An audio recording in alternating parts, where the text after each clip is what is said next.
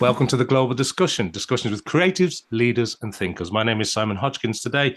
A real pleasure to be joined by Garvan Callen. Garvan, you're very welcome to the show. Let's begin by asking you to introduce yourself and tell us a little bit about what you do. Just give a bit of an introduction to the world you're involved in. So over to you.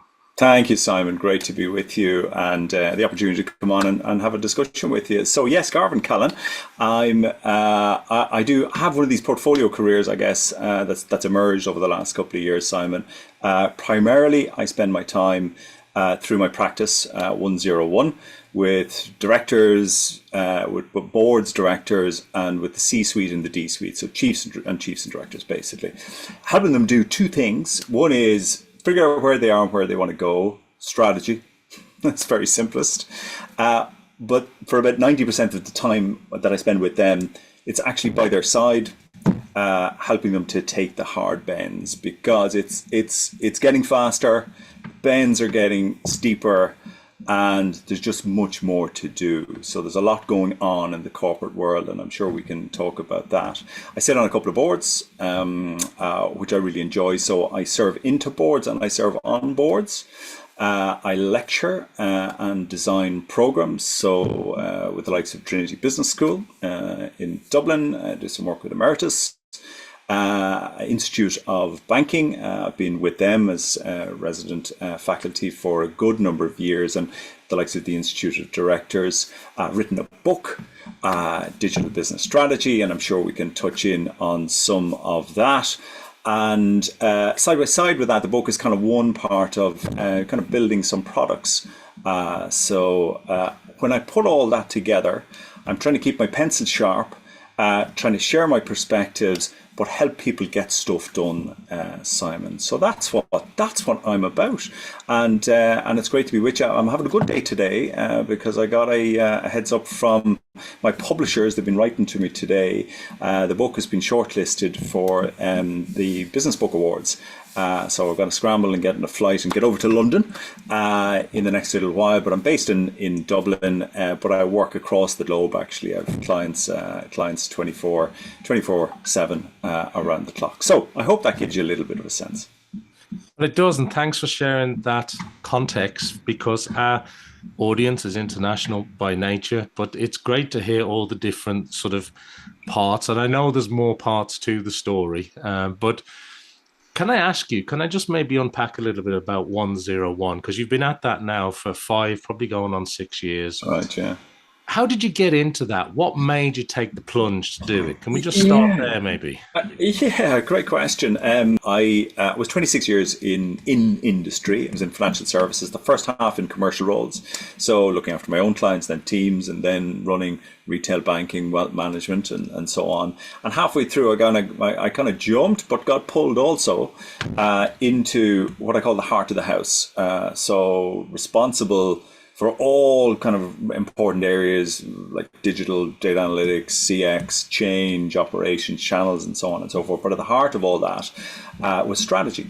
But it was at a time, and actually it was in Danske Bank, which was a really interesting organization. I went and I sought them out because they were, and this is about the early 2000s. They were a bank, well, they termed themselves as a technology company that sold banking. Right, and it was at the time when the internet was really starting to flourish, mobile just emerged, and I started to move from the front line into this heart of the house when we first started using the term digital. I mean, right back then, 04, 05, and I started being responsible for strategy, but at a time when the world started to change, when Industry 4 started to emerge. So then from my second half of my career, I was driving transformation, right? So I drove it through a number of banks, and I learned a huge amount. I made tons of mistakes. We achieved unbelievable kind of turnaround situations in that period of time. And I learned so much about myself, about finance, about business, about people. and about the importance of the endeavor of transformation in all its manifestations. And two things happened kind of coming into, the end of the 2010s. One was I was so engrossed in it, I kind of became a little bit dislocated from the world and family and all that sort of stuff, and you do as an executive. So I wanted to kind of reconnect with myself, with my family, with my world, as well as have a good career and a good profession. I think it's important we talk about those kind of things. And then I wanted to kind of take my learnings and I wanted to jump forward. I wanted to work in some new industries. I wanted to test myself in a new way. And I wanted to move into areas like developing product, move into areas like education, and lo and behold, I am where I am today by the faith of the good gods and lots of hard work. Well, thanks for taking us on that trip, and I know very heavily financial aspects prior to this. But what a great environment to look at transformation through, because there's regulations, there's compliance, there's lots of elements in the banking sector. Yeah. And they went through, and it's probably still going through, an awful lot of transformation. Yeah. But let's talk about the book, because you mentioned it at the top. We might come on to it. Let's talk about it, because what I particularly like about it is you're not just talking about the digital business strategy today. You're talking about future-proofing a business too, aren't you? So how to future-proof a business. Yeah. And you've got some sort of steps in there. Now, I don't need to give away the secret sauce. Of course, we want people to go out and buy your book. But maybe could you just take us a little bit through that and maybe just expand on it as to why people will benefit from this? Because it's got sort of 6 dedicated sections. That's right. But I really like the fact that it's future and forward-looking too. Yeah. What I try and do in the book, Digital Business Strategy, I try to open and close the circle on strategy. And one of the things that inspired me to write the book was, and even from my own experience in career, and then from working with boards and working with enterprises large and scale ups, small to medium, was that oftentimes we fall into the trap of saying, here's strategy. By the way, we need a digital strategy as well. So I wanted to break that down and kind of dispel that and saying, we just need strategy for a digital age. And I think lots of organizations are kind of conceptually there now. It's the same way as we just need strategy for the intelligence age. If we think about where AI is and its boom and its maturity path that it's on now. But what I've often found, and always still find to today, is that when I go in and talk with teams and organizations, or maybe into my students, I often start with, to go forward, we have to go back to join the dots to see where we are, to understand the trajectory that we're on. And we talk about exponentialism. And I often find that, we kind of know it intuitively, this idea of, the doubling impact and the effect that it's having on us. But we sometimes fail to recognize actually the human element of that and the strategic consequences. So, linear change, 1, 2, 3, 4, exponential change, 1, 2, 4, 8, and so on and so forth. But over the window now of 40 odd years, 50 odd years, when we've kind of come in and through this industry we've just seen, it's incredible acceleration and compression of the change cycles.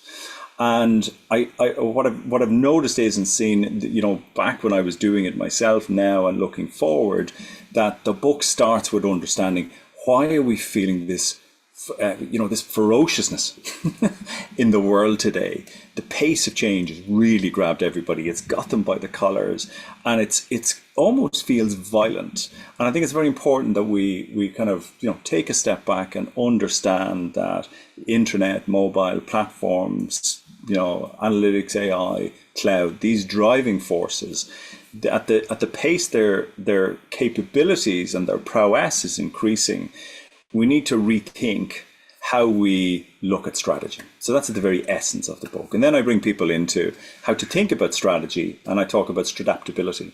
Because back in the day when I was responsible for corporate strategy, we had our 5-year, 7-year, 10-year time horizons. When I practice strategy today with people, Simon, I have 3-month horizons that I work now with my clients. So we call that stratadaptability. And we call that next move strategy, organic strategy, lots of different things, right? And everyone wants to call it their own thing, to make it their own thing.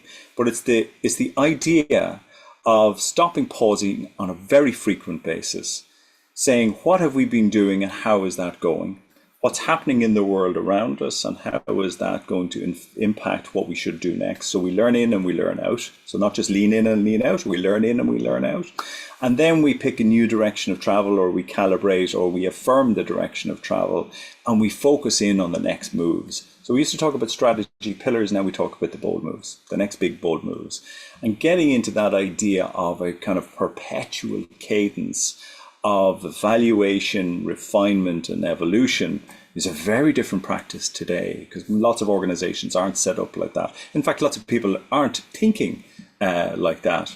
And then we bring in the book, I bring that forward, and I think this is just the natural flow of running and developing businesses today into capabilities, because there's so many new tools, so many new liberations that are out there, digital technologies, analytics, ways of working, agile, the ability to work in ecosystems and have an open business model, all these kind of things. And I go into a lot of detail in the book about what kind of capabilities one needs. But one thing I'm very struck by is most organizations that I'm working with, when I'm developing strategy, but the reason why I spend 90% of my time in organizations working with them and executing it is most of it's about working through and building new capabilities in order to execute the ambitious strategies that they're laying out in front of them, which is about harnessing the power of technologies.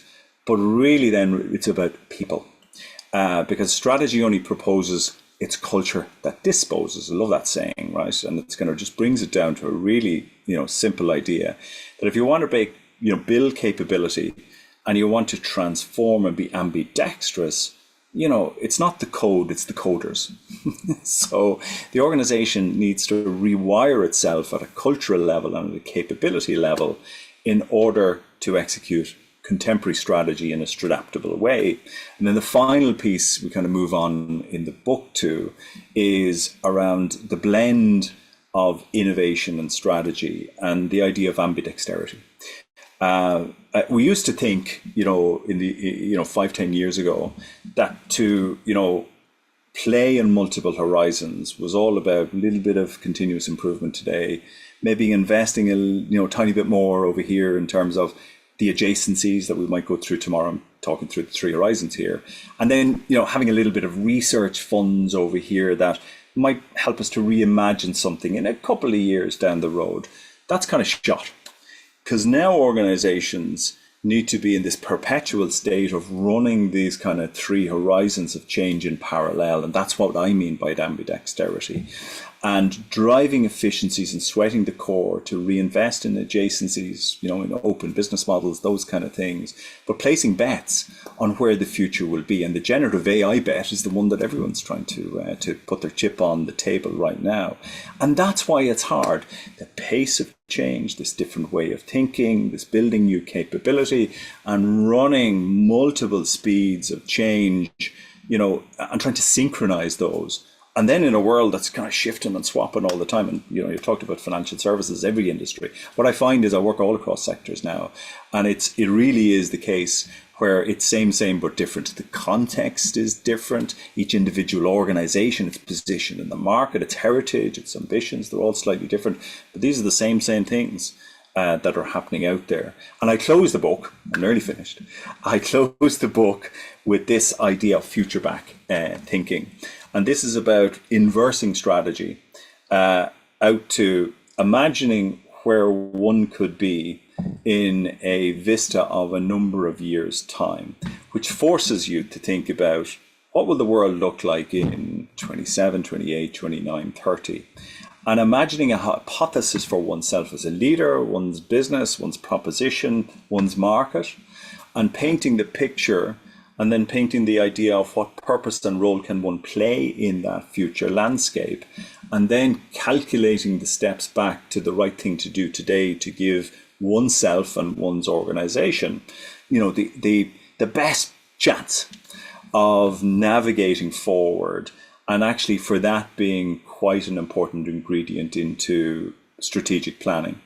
So that's kind of the final dimension of stratability forward and future-backed visioning, building capability and developing culture, and the ambidextrous organization in the middle. So that's what we try and do in the book. And I try and make it as practical as I possibly can, Simon, because that's what people want. The concept's great, but people want the frameworks, they want the guidance, they want the tools. And most of all, what I find in organizations is people want to see around those corners. I talked about going around the bends earlier on, and I did that on purpose because people want to see around the corners. They want to talk to others who have kind of been around that, who've kind of gone off the path, who bumped into lampposts, whatever it is, and they want to say, well, that hurt. How bad did it hurt? How if you were doing it again, how would you not do it, or how would you do it better?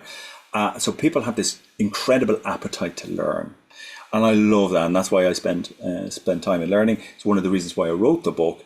It's an opportunity for me to impart what I've learned, what I see, and what I'm learning every day to help other people maybe learn a little bit as well about how to grasp this environment that we're in, set strategy, execute it through capability and culture and ambidexterity. So that's the book, and happily it's we're getting some good responses. Well, first of all, congratulations on it being shortlisted, because that's fantastic. And the other thing I wanted to say is you started off by talking about this 360-degree approach to things. And it's great as you sort of talked us through that approach throughout the book as well, because you kind of bring it back full circle. I love stratability and the capabilities. I think that's really, really good. But also this ability to sort of be a little bit agile, to be that adaptable. And the rate of change you also touched on. And that leads me nicely on to the next thing I wanted to ask you. When you started off talking to businesses about this, yes, AI was around, but I think particularly over the last year and a bit, it's really front and center on C-suites and business leaders' agenda. Has that fundamentally changed your approach with businesses today? Is that what's driving this? Every 3 months we need to check in and see where we place that bet next. What impact basically is AI having on your clients and your work today? Because it's ferocious, isn't it? Oh, it is. And I mean, it would look very exciting but very daunting in business. I was with a bunch of general counsel 2 weeks ago, and we were having a morning session with some other speakers as well, and we were talking about what does generative AI mean for the legal profession and for senior lawyers. But that's the same conversation that's happening in different communities. It's the same but different thing that I spoke about. But to your question, I think that it is an excellent signal of the necessity for stratability and this idea of capability building and the necessity therefore, and also for cultural changes. So when I talk about cultural change, I mean, that sounds a bit nefarious, right? So let me break that down. Culture is really just a way to think about and describe the way we do things. That's what culture is. And culture is an output. So we describe what we do, which is equal the outputs of our thoughts and the outputs of our conditioning, if we want to think about it that way. And if we want to change the way we think and we practice strategy into this idea of, this persistent, perpetual reevaluation and calibration, and if we need to build new capabilities, that all means we're going to be doing new things all the time, Simon. Right? So that's why we need to think about culture as well, because culture is about having the open, honest conversation about what does doing new things look like? What does building new capabilities mean? What does reorienting this organization look like? And that's the conversation that actually organizations need to have around this fantastic new opportunity that generative AI is. But analytics has been around for centuries. So it in itself is nothing new. It's just hit the accelerator. Digital hit the accelerator before that. And before that, it was electricity and da da da da da. So it is a general purpose technology. But what's different now is this speed and the incline of change, or of prowess, of power, if I think about it that way.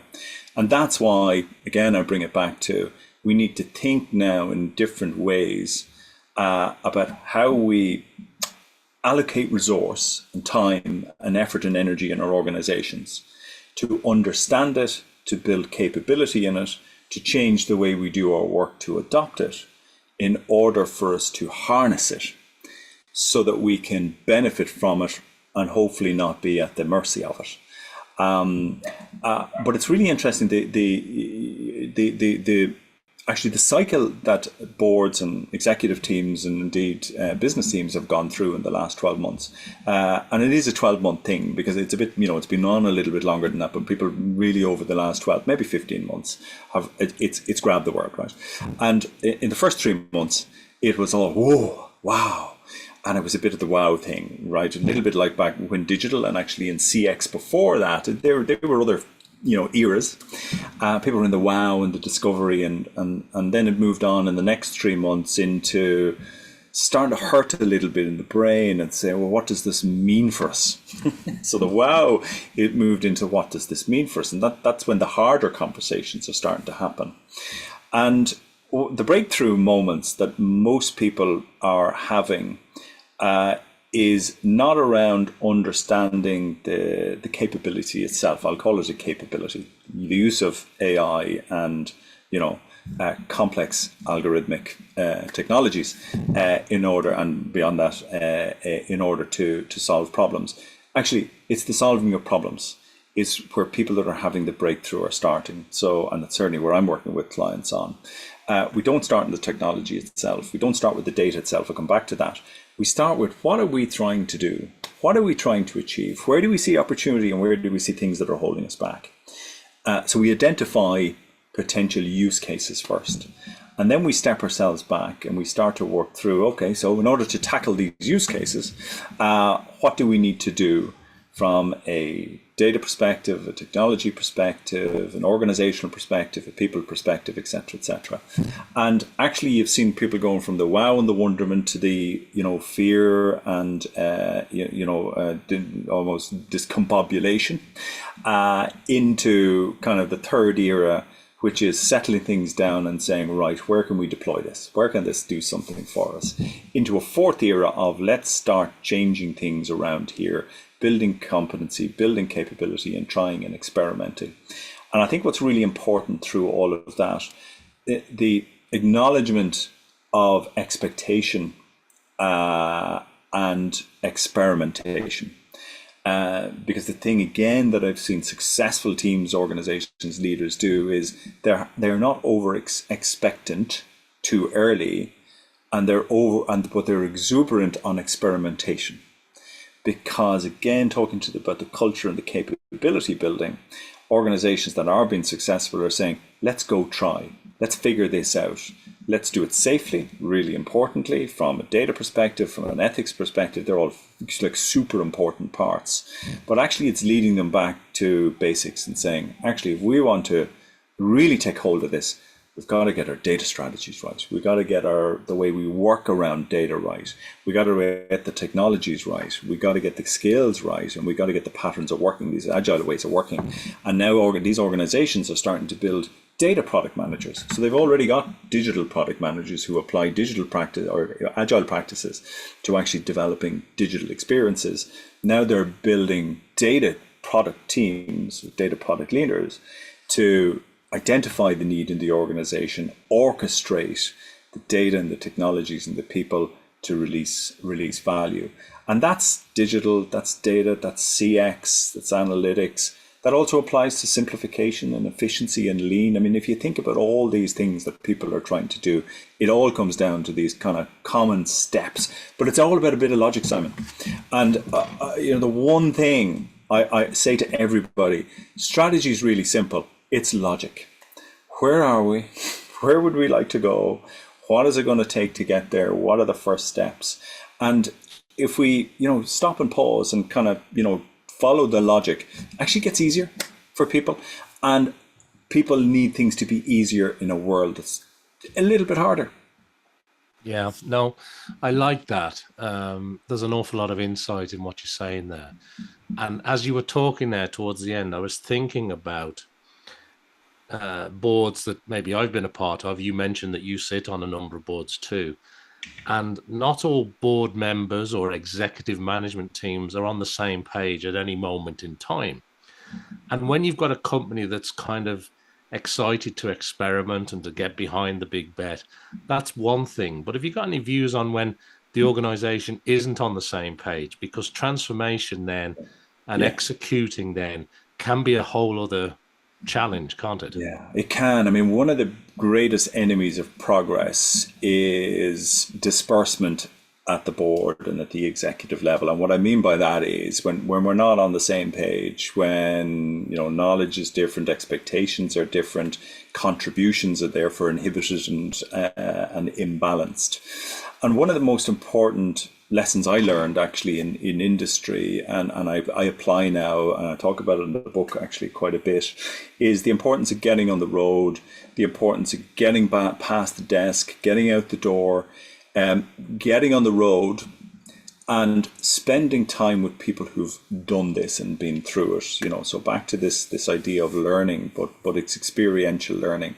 Look, you know, how many boards have you sat through? It's PowerPoint and, you know, it's discussion, and then we have somebody coming in from, you know, San Francisco or, you know, wherever it's going to be, and we're talking about the next big thing. It's all conceptual.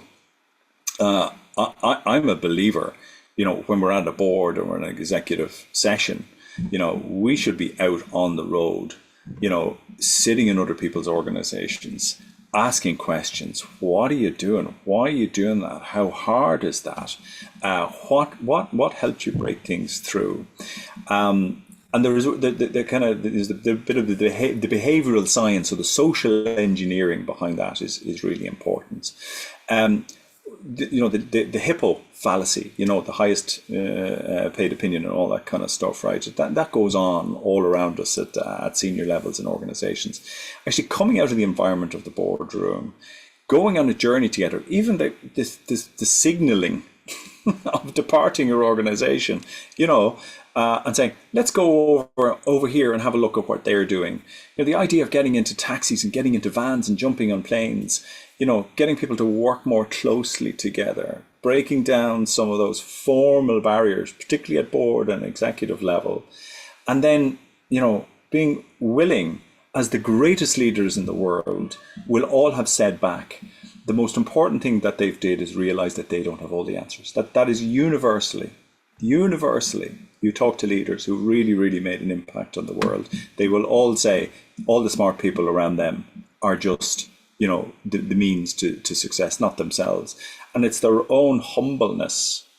And I think you have to introduce a humbleness in this new era, because some people will know lots of really good things, but there's nothing like going on the journey together to learn together, so that everybody is at a common point of understanding ambition and reality in terms of what needs to be done, but also is inspired by being and seeing and believing and testing. And then going on the road in your own organization, I think, is really important as well, Simon.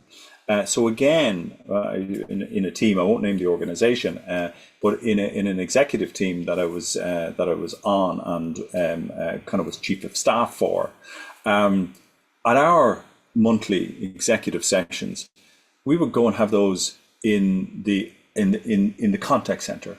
We would go and have those in the stores, the branches where our people were. And we would go and we would have our meeting there, and then we would force ourselves to go out and actually meet the public, sit with our colleagues as they met the public, right? To really start to think about experiencing, actually, what does the public experience? Because when I'm sitting up in the boardroom, I'm looking at all the slides and I'm looking at the risk dashboard. That's not giving me any experience. It's fantastic. We need to do all that. I'm not saying take all that away. Necessary. But do it in an environment where we add the experiential layer that opens our eyes to the realities of the world. That does a couple of things: much greater insight, but actually the proximity to the learning point whether that's a customer, whether it's a colleague, a partner, or whether it's another organization who's done this, just that proximity and that opportunity to emotionally connect with them. For me, that's a step changer. That's what moves the thinking on. And ideally, if you can do that collectively, that can create a new movement. I think and I think it's new movements that we need. I think we need new movers to orchestrate these things, but we need the movement of the collective forward. So sorry if I've went a bit on that one now, but I'm passionate. I'm passionate about it. Yeah, I couldn't agree more. I really like it, and I think that experiencing that collectively, getting out from behind the boardroom table, I'm all for that. And I think what you've been able to provide there is to really bring that to life and to provide some great insights for people and some great other fresh ways of thinking about bringing people along. So thank you for that answer. I want to change gears a little bit, and I want to talk a little bit about you and your organization now. And I want to ask you a little bit about the next 6, 12, 18 months. How do you go about planning now? You're a number of years down the road. You're working with big organizations, different kinds of people, different industry categories. Yeah. What's on your roadmap? What's on your horizon? What are you thinking about as you look forward? Yeah. Learning. Let me unwrap that a little bit, but learning. So one of the things I'm doing right now is said book. We're putting it into a GPT right now.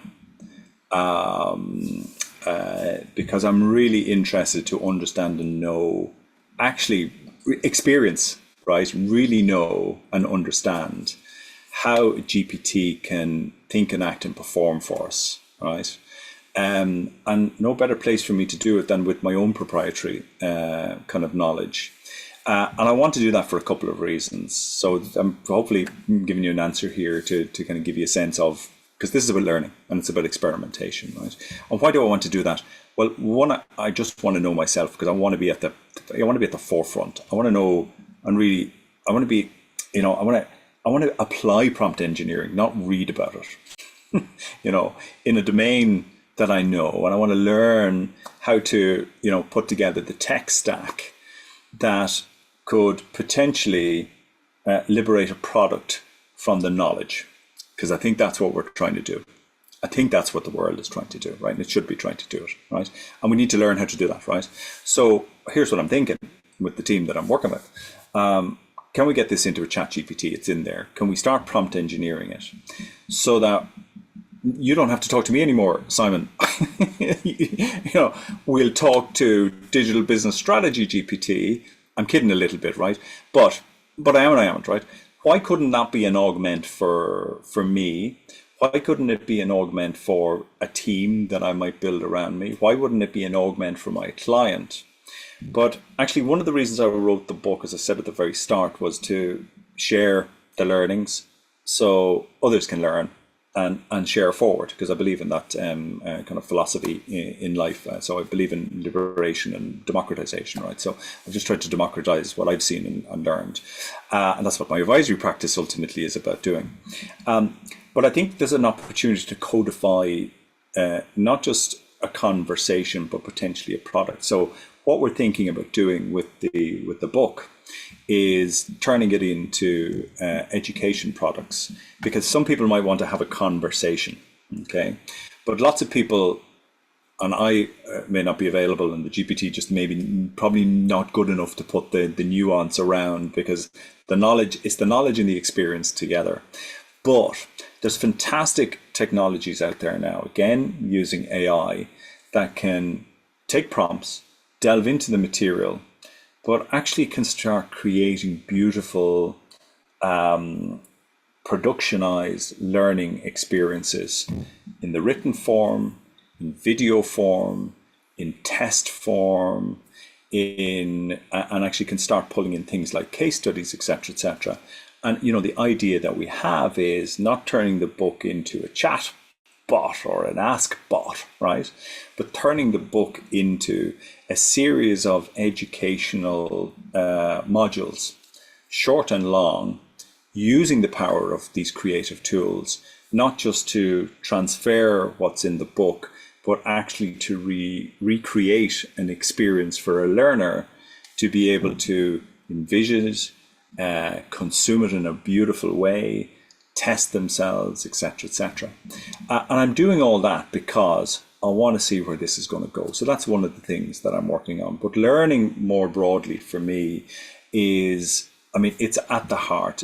Malcolm X, whatever you think about the politics and the methods, right? But there was goodness there. But he said something that was tremendous, and I'm always reminded of. He said, education is the passport to the future, because those who prepare for tomorrow, today are the folks who navigate through. So I think we all need to be learning. And what's on my agenda at the very top level, Simon, is continuing to learn about how we can use these tools and technologies for good, but also then having the conversation about where are the pitfalls, where are the dangers, where are the limitations, and where can we go wrong in these things? Because that's fundamentally, leadership, I actually think we should change the word to stewardship. I think that would be a better word today for multiple reasons. But we have these new tools that we are now the stewards of. We have organizations and people's endeavors and futures that we need to be the stewards of. And very importantly, the planet around us. I mean, we've seen the Northern Lights in Ireland last week, Simon. You're not supposed to see them in Ireland. We're supposed to go to Finland and Iceland to see them. I'm in more southern Ireland, and we see the Northern Lights. So stuff's changing rapidly around us, and I think it's not just about leadership anymore; it's about stewardship. So we need to learn how to be the stewards of the fantastic things that are around us, but also to offset about the things that maybe are going a little bit bump in the night. Well, thank you. That's a wonderful answer. And, ultimately learning is the thing in the headlights there. So thank you for sharing that, Garvan. Look, finally, before we do run out of time today, is there anything else that you would like to share with our worldwide audience? And secondly, and importantly, if people want to find out more about the book, about all the great work you've got planned with these learning type activities down the road, or just get in touch with you in terms of the advisory and the consulting and the other work that you do, where's the best place to point people to at this time? No, thanks. So just check me out on LinkedIn. It's the HR system of the world now. So look me up, Garvan Callen. You'll see me there. You can go and visit the website, www.10 ONEZERO, and then the number 1 at the end, and that's .ie. So check me out there. But LinkedIn is a great way to get me. Please do connect with me, and I share my stories and I share what's going on in my mind, reasonably frequency there, but without spamming. And thank you for that opportunity. You can check the book out again on my website, or you'll get it in your bookshops, or who, Amazon, Digital Business Strategy. I'm on the learning team, and I do, it's my mandate and it's my mission, both in terms of the advisory work that I do, but actually the teaching work that I do, etc., etc. So I encourage you to learn, but going a little bit one step further to close off, I encourage you to be brave, and I think in a world that's a little bit more frantic. It's easier to maybe batten down the hatches. And actually, it's a time when you need to open the horizons and reach out and learn, experiment, share, talk. Don't be afraid to recognize the pressure that the world is under, and maybe colleagues or maybe friends and family are under as well. I think it's a time to be brave, to talk about what's going on. I see, unfortunately, I see incredible duress and stress with the people that I work with, their organizations. And it's not because it's a doomsday scenario. It's because there's so much ambition and so much opportunity in the world, and they're kind of merging. And there's so much risk as a result, because opportunity equals risk, right? Very simple. Strategy equals opportunity equals risk. So you've got these forces, right? So I really encourage people to be open, reach out, engage, embrace, talk to folks, Listen to your favorite podcast. Read your favorite book, whatever it is, all right? But genuinely, it's a time to be brave, because fortune does favour the brave. It's a very natural reaction when the world is getting faster and it feels like it's, it's more VUCA and more ferocious and frenetic and those kind of things. That's the time to take the bold step forward, because that's where opportunity is. So my parting thought is, learn forward, but lean forward, lean in. There's time and space for everybody, but it is a case of you've got to make it happen. There's a great saying, there's only three types of people in the world. The people who make it happen, Simon, the people who wait for things to happen, and then there's folks who say, what happened? So you don't want to be in the latter bunch, at least be in the middle bunch, but, go and make it happen. So thank you. Well, that's wonderful. Brave is definitely the word there. That brings us nicely to the end of our episode and the end of this discussion today here on the Global Discussion. I want to first of all thank all our audience, wherever you are in the world, for watching or listening to this discussion today. Make sure that you like, follow, subscribe, do everything I need you to do to help support the show. Go and check out 101.ie and everything that Garvan's doing over there. Wonderful information. Make sure that you reach out and connect there. And I hope that you'll join me back here for some more discussions with creatives and leaders and thinkers just like Garvan. But thank you for being on the show, Garvan. It's been a real pleasure to talk to you again today. My pleasure. Great to see you. Thank you.